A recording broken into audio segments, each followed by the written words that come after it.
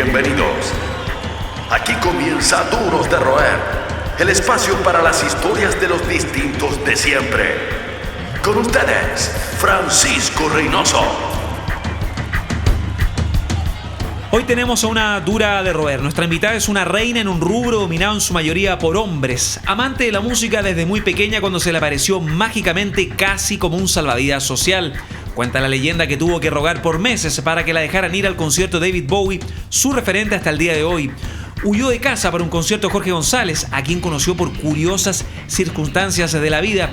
Creadora de Doll Music, una productora y agencia de management y booking, programadora del mítico Bar Loreto y además cerebro de En órbita, el primer festival en Latinoamérica de rock psicodélico y garage, con una particular mirada retrofuturista.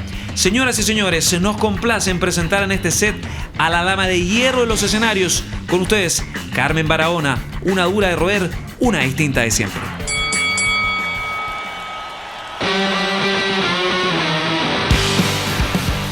Carmen Barahona, qué gusto tenerte acá. Bienvenida. Estar acá. Muchas gracias por la invitación. Oye, siguiendo en esta dinámica espacial, ¿cuándo comienza este viaje en este universo de la música? En mi vida en general. En tu propia línea de tiempo. Yo diría que como a los 7, 8 años más o menos empecé a sentir mucha curiosidad y afinidad y cercanía con la música. Al principio yo tengo hermanos grandes, yo soy la menor de 4 hermanos. Y mis referentes eran cosas que escuchaban ellos. Y yo sola después, como en tiempos de ocio, me dedicaba a escarbar entre sus discos y a escarbar entre los discos de mis padres también. Que descubrí varias joyitas entre medio de su colección. Y yo sentí como por primera vez una especie de liberación, me acuerdo, cuando empecé a escuchar música. Yo era una niña muy introvertida en ese entonces. Cuando ya entré como en la primera etapa de básica del colegio, no tenía como tantos intereses comunes como el resto de mis compañeros. Me costaba en eso sociabilizar. Hablando de figuras espaciales o que son parte fundamental de tu vida y fueron parte también de tus inicios, David Bowie, entiendo, fue una suerte de pilar, piedra fundacional para ti. Y hay una historia fuera de cuando uno descubre la música de David Bowie, que es un sistema solar, ¿no? Lleno de estrellas, planetas, cada disco de un mundo distinto. Hay una súper buena anécdota que es en un concierto de David Bowie, que tú tuviste que escaparte de la casa para ir a verlo, para ir a ver este show en vivo.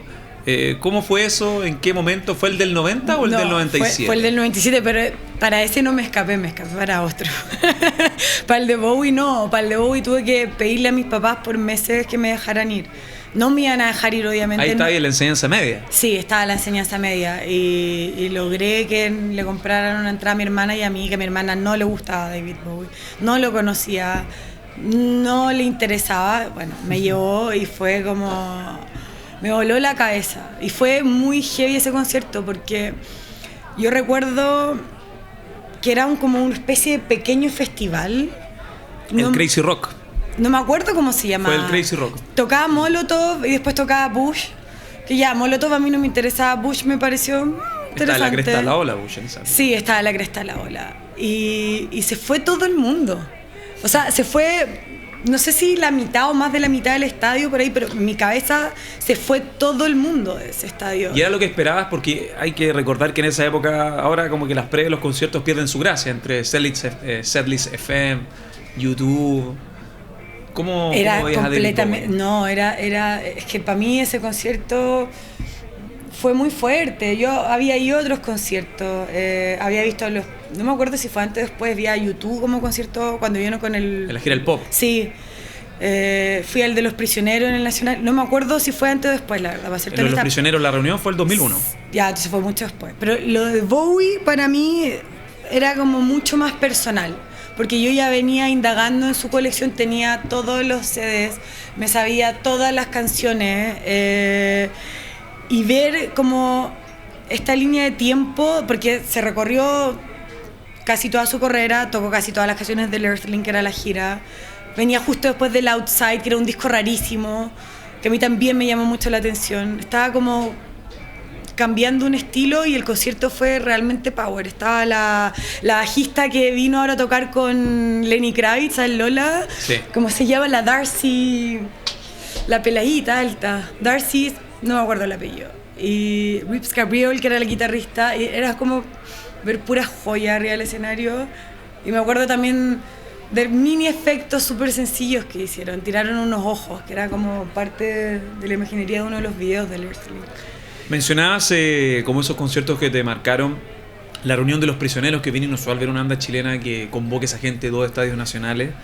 Y hay una historia fuera de lo de Bowie, que es como tu héroe, el héroe que está contigo hasta hoy, que la música perdura por siempre. Hay una historia de cómo también conociste a Jorge González, una de tus primeras aventuras hay también ahí tras la música de Los Prisioneros. Como conocí a Jorge González es muy ridículo. Yo estaba trabajando de promotora de discos de villancicos de Navidad en un Almac. Y pasa este tipo, y yo como, es Jorge González, y me acerco a hablarle. Y se queda conversándome, y empezamos a hablar de música, y se da cuenta que sé de música, y se da cuenta que soy chica. Entonces me invita al lanzamiento de su disco. Me dice la dirección, me pide el número y hablamos una vez, me preguntó un par de cosas, hablamos de música de nuevo y fui, po. Y ahí también era un poco más grande, fue después de lo de Bowie, pero tuve que pasar por un par de complicaciones porque no me dejaban salir en esa época, así que me arranqué de mi casa. Ya en parte de esta conversa hemos hablado de David Bowie, de Jorge González o Los Prisioneros, que Los Prisioneros fueron como un manual de identidad para miles y miles de chilenos y gente de Latinoamérica. Y quiero rescatar una frase súper buena tuya, que yo creo que te describe como fanática de la música, melómana, coleccionista, que es la siguiente: no guardo basura, guardo tesoros, pensando como, no sé, proyectando quizás tu colección, reliquias, póster, flyers, discos firmados que aún conservas desde muy niña. ¿A qué te refieres con eso?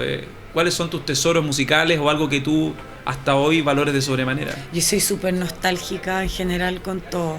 Y hay cosas que todavía tengo desde muy pequeña, como los primeros cassettes. O sea, mi primera colección de cassettes la adquirí cuando viví muy pequeña en Inglaterra. Entre el 89 y el 91 hacíamos muchos road trips. Y ¿En qué parte de Inglaterra? Vivía en Londres, en un barrio que se llama Kingston upon Thames. Queda como a 40 minutos del tren, de la zona hasta la zona 1, la zona 2. Y ahí empecé a escuchar realmente, así como a prestar atención a las letras.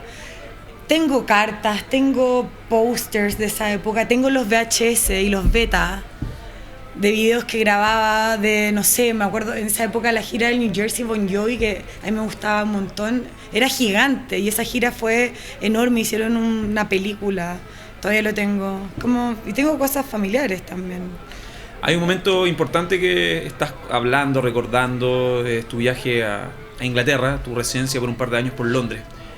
¿Qué tan clave fue esa instancia? Recordando que estamos hablando de Londres en el cambio de década, ¿no? Del final de los 80, comienzo de los 90, cuando Londres musicalmente cambiaba, el mundo cambiaba, Chile cambiaba, pero ¿qué hay de ti? ¿Qué hay de los estímulos que habían para una chica de tu edad? Es que yo era pequeña y como comenté antes, yo era súper solitaria en esa época, y cuando yo llegué a Londres estaba muy asustada, no hablaba el idioma, lo aprendí muy rápido y se me abrió un mundo muy distinto porque había mucha diversidad cultural y todos eran muy empáticos, muy cariñosos, muy receptivos. Tuve amigos por primera vez, tuve más libertad por primera vez, de salir sola, como esos paseos por el barrio, como lo que uno ve en las películas, que acá yo no podía, no me dejaban. Y allá sí, era de alguna manera más seguro y más común hacerlo. Y mi hermana era, no sé, adolescente, 15, 16 años tenía, y se hizo punk, entonces también convivía en cierta forma con los amigos punk de mi hermana. Estaba la Carnaby Street vigente en esa época, entonces sí, fui una esponja yo de información. Son los que mantienen encendida la llama del rock. Seguimos conversando con los duros de roer. Lo que escuchas es Duros de Roer. Estamos con Carmen Barahona, productora, comunicadora, parte importante de la industria chilena. En los últimos años, en las últimas décadas, hay una historia bien interesante que vamos a seguir ahí desmenuzando en el programa. Vamos a tu parte ya no tan formativa, sino tu rol como productora que vienes desarrollando hace un buen rato. A diferencia de los estándares del lado más común de la industria chilena, ¿qué sería lo más fácil para una productora, independiente o probada? Ir con un número que sea archi visitado, revisitado o archi analizado, pero tú siempre vas como contra la corriente en el sentido de apelar a una línea editorial. ¿Cómo y cuándo se construye, ¿no?, esta ética de trabajo que te ha hecho traer artistas de culto que no siempre funcionan? Es una propuesta súper atrevida en un mercado tan poluido, ¿no?, en un mercado tan colapsado como el sudamericano. Últimamente yo siento que me acomoda más el rol de curadora que de promotora, como oficio, como cargo, a pesar de que soy promotora en un sentido técnico. Yo siento que cuando empecé a desarrollar el festival en órbita, había una especie de como mezcla entre querer trabajar y aportar en la música, pero por otro lado también querer contar una historia personal, como una especie de artista frustrada que también tenía ciertas inquietudes que transmitir. Entonces, con el paso de los años, que tampoco lleva muchos años, en órbita lleva 3 ediciones en Chile y 2 internacionales más pequeñas. He desarrollado un concepto mucho más multidisciplinario que solamente los shows en vivo. Incluso más allá que las simples charlas de música. Ahora hemos como empezado a indagar en qué pasa en el rol de los músicos como artistas también. Muchos de ellos, no sé, pololean con la idea de ser artistas visuales o cinematográficos. Está el tema de las ciencias muy en boga. Entonces, cuando yo estoy construyendo un line-up y cuando elijo a las bandas, tiene que ver con una historia que se está contando y tiene que haber una coherencia en esa historia y también tiene que haber sinergia entre esos artistas, que es lo más lindo que a mí me ha pasado, y que de hecho la edición del 2017 en el Planetario fue súper especial porque bueno, vino Damo Suzuki de Cannes, Lee Ranaldo de Sonic Youth, Ian Svenonius, que toca en una banda que se llama The Make-Up, muy conocido en los 90, como en una escena muy under de Washington, que él ha escrito unos libros impactantes y es como activista político también.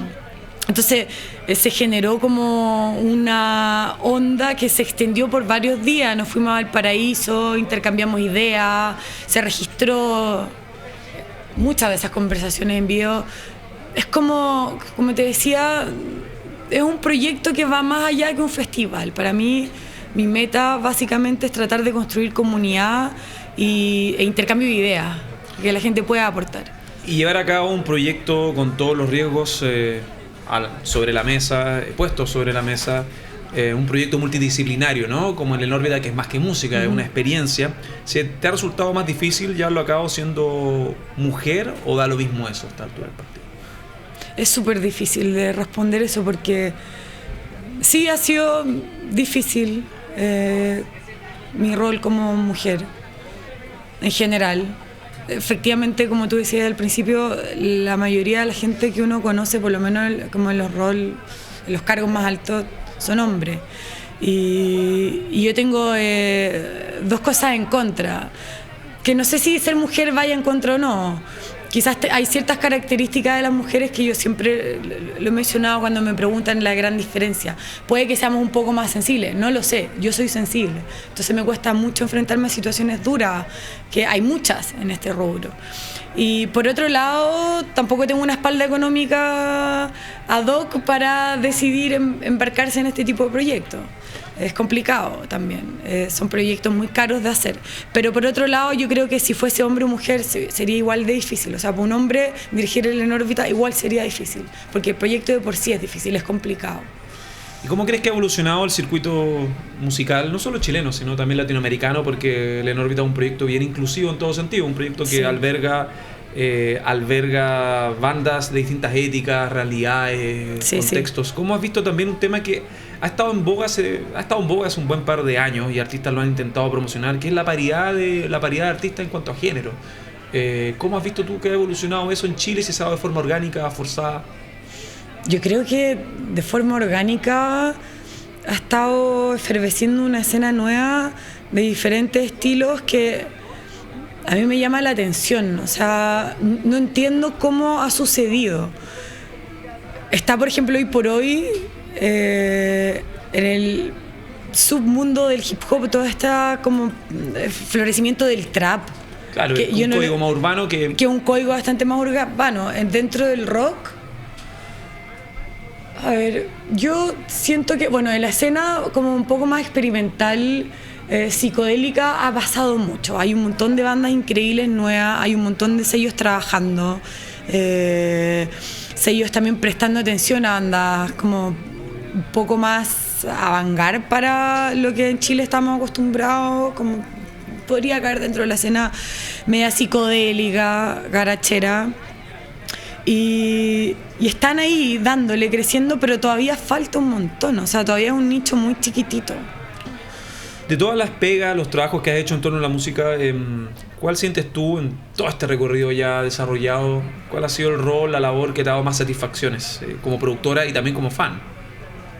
Que uno parte por ser fanático de la música. Es que he pasado por tantos cargos en la historia de que empecé a trabajar desde asistente. Yo me acuerdo cuando empecé a trabajar en festivales, en una productora de música electrónica.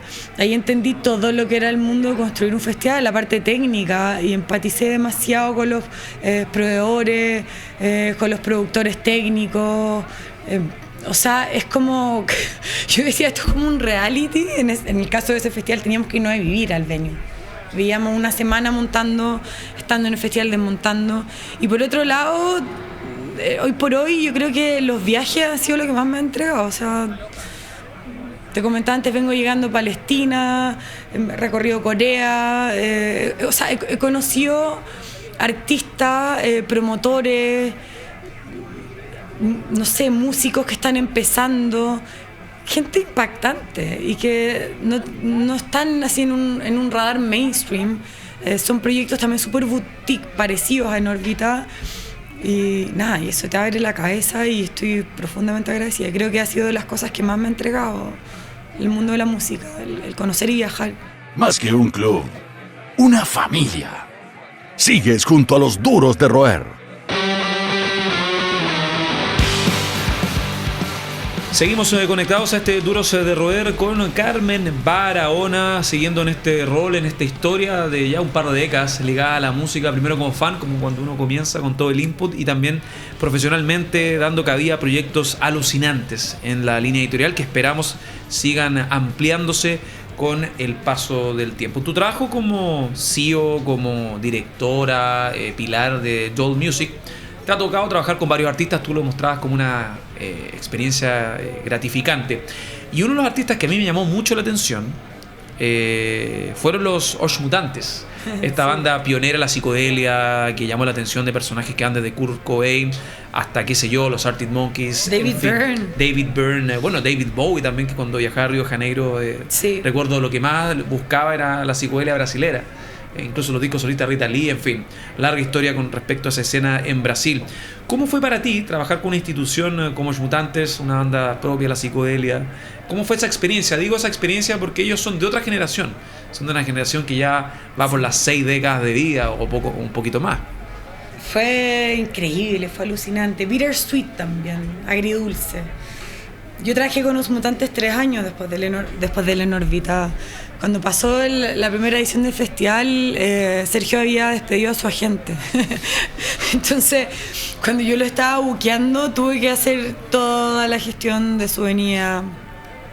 Y me planteé un día que por qué no me quedaba yo con el booking. Y yo como, Sergio, yo no conozco a nadie en Estados Unidos, no conozco a nadie en Europa, no te puedo buquear allá. Sergio Díaz, uno de los fundadores. Finalmente me dijo, o sea, tú no podías hacer un festival, porque yo cuando tuve la idea de hacer En órbita, yo viajé a México a perseguir a Sergio Díaz para convencerlo de que viniera a mi festival que no existía. Eso pasó, es real. Yo fui a otro festival a México a hablar con él y me dijo eso, tú no tenías festival y lo hiciste. sano el booking y fue un trabajo muy lindo porque tuve que hacer un proceso de investigación de lo que era bookear en Estados Unidos, aprendí un montón y trabajar con alguien como Sergio Díaz, que es una persona extremadamente intensa. O sea, Rita Lee ha escrito libros, su hermano Arnaldo también ha hablado mucho del tema, ahora no se habla ninguno de los tres. Wow. Son personas extremadamente intensas y están en cierta forma muy nostálgicos con lo que pasaba en esa época. Y cuesta reincorporarlo a la actualidad. Y yo quise mucho que él hiciera colaboraciones con artistas contemporáneos. ¿Y era muy cerrado a eso? ¿Era Sí. esos soldados de la vieja guardia? Sí, era súper cerrado, Sergio. El año pasado hicimos la última gira cuando lo llevé al En órbita a Nueva York y le cerré 5 shows más en Estados Unidos. Y fue la última banda con que trabajé en Booking. Yo después de Los Mutantes decidí cerrar esa puerta para seguir avanzando en procesos más creativos, más de curadora, pero siempre abierta a apoyar a todas las bandas que pueda. También te ha tocado viajar, fuiste a Palestina, pero hay Sí. varios viajes alucinantes. Está el Fuji Festival, Sí. que por locación es tremendo, pero me quiero quedar también, por curiosidad, ¿cómo fue también tu viaje a Corea, ¿no? Dentro de esta larga historia, recorriendo festivales, tratando de ver qué posibilidades hay para desarrollar artistas. Corea debe haber sido bien como inhóspito en todo sentido. Todo lo contrario. ¿En serio? Sí, yo llegué a Corea, estábamos en un festival que hace una conferencia que se llama Primavera Sound en Barcelona con una chica coreana que nos conocimos, conversamos, networking clásico, y era muy simpática. Y ella tenía este festival en Corea, en Seúl, que se llama Yandari Festa. Y estaban haciendo showcase la banda chilena, que vamos todos los años allá con la asociación IMI, y con estas bandas que había llevado la promotora de Corea. Yo aluciné con sus bandas, eran como muy de la onda en órbita. Entonces le dije, bueno, tenemos que llevar estas bandas a Chile. Cuento corto, me invitó poco tiempo después, como a los 2 meses, vente a Corea en octubre. Y partí, po. Y ahí en Corea no entendía nada, llegué sola sin conocer a nadie. Emocionadísima también que te inviten a un viaje así. Y tuve mucha empatía con los promotores de ese festival y con el entorno de la gente que va, de que son varios promotores de Asia o muchos promotores ingleses que hacen proyectos en Asia, en India, en África.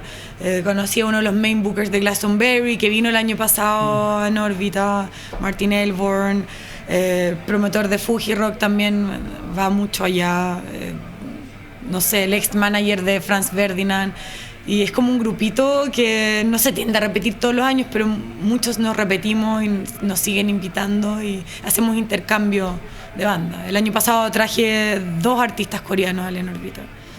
Y ahora lo único que quiero es mandar artistas chilenos. Cuando hablaba de inhóspito también me refería a los códigos que maneja la escena, el país mismo, la sociedad. ¿Cómo ves también la proyección, ¿no?, de artistas latinoamericanos en un circuito que pocos conocen? Hay un circuito increíble de la escena independiente, pero súper under. Así como el under es muy under acá, el under es más under en Corea.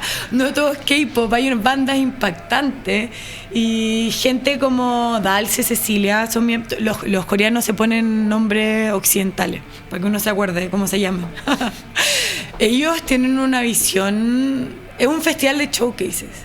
Y nosotros vemos 40 bandas en diferentes venues, te juro que cuál es mejor que la otra. Y, por ejemplo, he estado recomendando algunas en festivales de Estados Unidos, en Desert Days, en Riot Fest, porque, o sea, uno ve las dificultades que existen en todas partes. O sea, en Chile a las bandas de una escena más compleja de promocionar porque no las programan en la radio, porque no hay muchos espacios promocionales hoy por hoy y no hay muchos espacios para tocar. Y la mayoría de las radios están más en un modo nostalgia. Sí, un modo comercial, lo podemos decir así. Sí, o sea, son modelos de negocio, la mayoría son empresas privadas, pero es una historia que podríamos dedicar otro programa a eso. Arte y capitalismo, es cierto. Pero la cosa es que viven las mismas cosas que acá, valga la redundancia. O sea, es exactamente lo mismo y te da una energía y un foco diferente. Yo allá no sentí ninguna inhospitalidad de ningún lado porque no la vi. Estaba en un submundo. Carmen, recapitulando un poco, ya casi llegando al cierre del primer tramo de esta conversa, porque luego se viene algo más entretenido, que es como programar parte de las bandas que han protagonizado tu línea de tiempo. Recapitulando, como te decía, aparte de partir como una fan de la música, crear tu propio festival, tu agencia de booking, viajar por ciudades que quizás ni siquiera pensabas que iba a tener la chance de conocer, de interactuar con gente cuando eras más joven, producir el En órbita y llevarlo casi como una franquicia a Estados Unidos, Nueva York, un festival que tuvo la cobertura, si bien recuerdo, del New Yorker, del New York Times, trabajar con los mutantes. Han pasado muchas cosas, también crear conversatorios o instancias con el editor histórico, por ejemplo, de la Rolling Stone. David. Con todo lo conseguido, ¿cómo es el balance, ¿no? Cuando tú paras un poco, te pones a pensar en todo lo que has hecho a pulso. Estoy adelantando el escribir mi memoria para que no se me olvide. No, es bien heavy, pues estoy muy agradecida. O sea, he conocido gente impresionante. Es como, no sé, uno de los viajes que hice a Londres, por alguna razón terminé tomando té con Phil Manzanera, ponte tú, que es uno de los fundadores de Roxy Music, porque me presentó un conocido productor ecuatoriano que estaba en Colombia, una vez que me invitaron a Colombia. O sea, es un sinfín de historias y de situaciones que son súper gratificantes, porque el motivo por el cual llevo a esas personas es por un intercambio de información principalmente, no porque los quiero buquear o porque están viniendo a mi festival o no sé, cualquier razón comercial. Se desarrollan relaciones en base a ideas y eso es súper gratificante y me hace sentir que en cierta forma, si bien he tomado el camino difícil, no estoy tan equivocada, porque hoy por hoy que es difícil darle espacio a la creatividad. Hay que agarrarse de esas instancias y usarlas y comunicarlas y entregarlas. Lo de llamar la atención del editor senior histórico de la Rolling Stone también debe haber sido muy freak, ¿no? Un festival hecho a pulso, sin ese círculo virtuoso de las grandes productoras en Estados Unidos. ¿Cómo se da eso? Porque nos presentó una chica que había trabajado en prensa con los mutantes. Y ella le comentó a David Fricke de mi festival y él alucinó con el cartel y dijo, wow, yo quiero ir.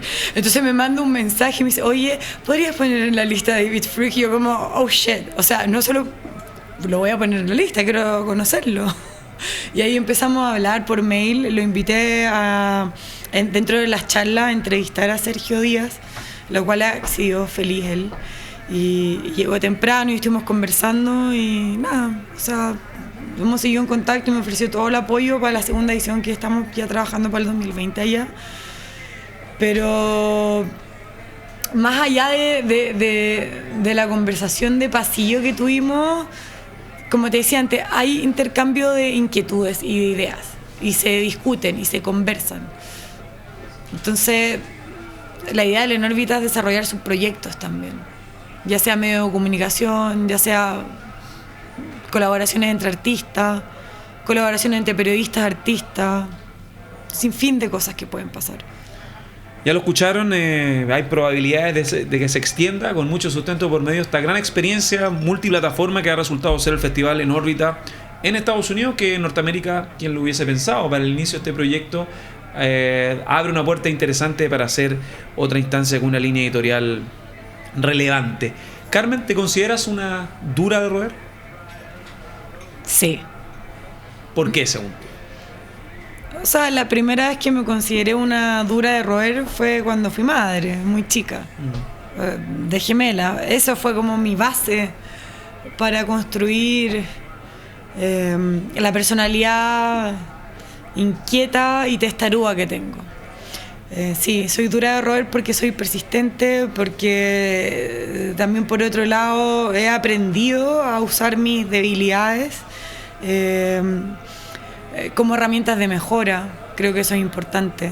Creo que es súper necesario autoexaminarse, entender los errores, entender cómo uno se relaciona con el resto también. A veces uno se le olvida eso, como que está muy ensimismado en sus propias ideas. Y nada, soy porfiada. Creo que cualquier persona o cualquier ser duro de roer es persistente. Hay que hacerlo así, no hay otra manera. Esto fue Duros de Roer Podcast. El club de los distintos de siempre. El último apaga la luz. Hasta la próxima.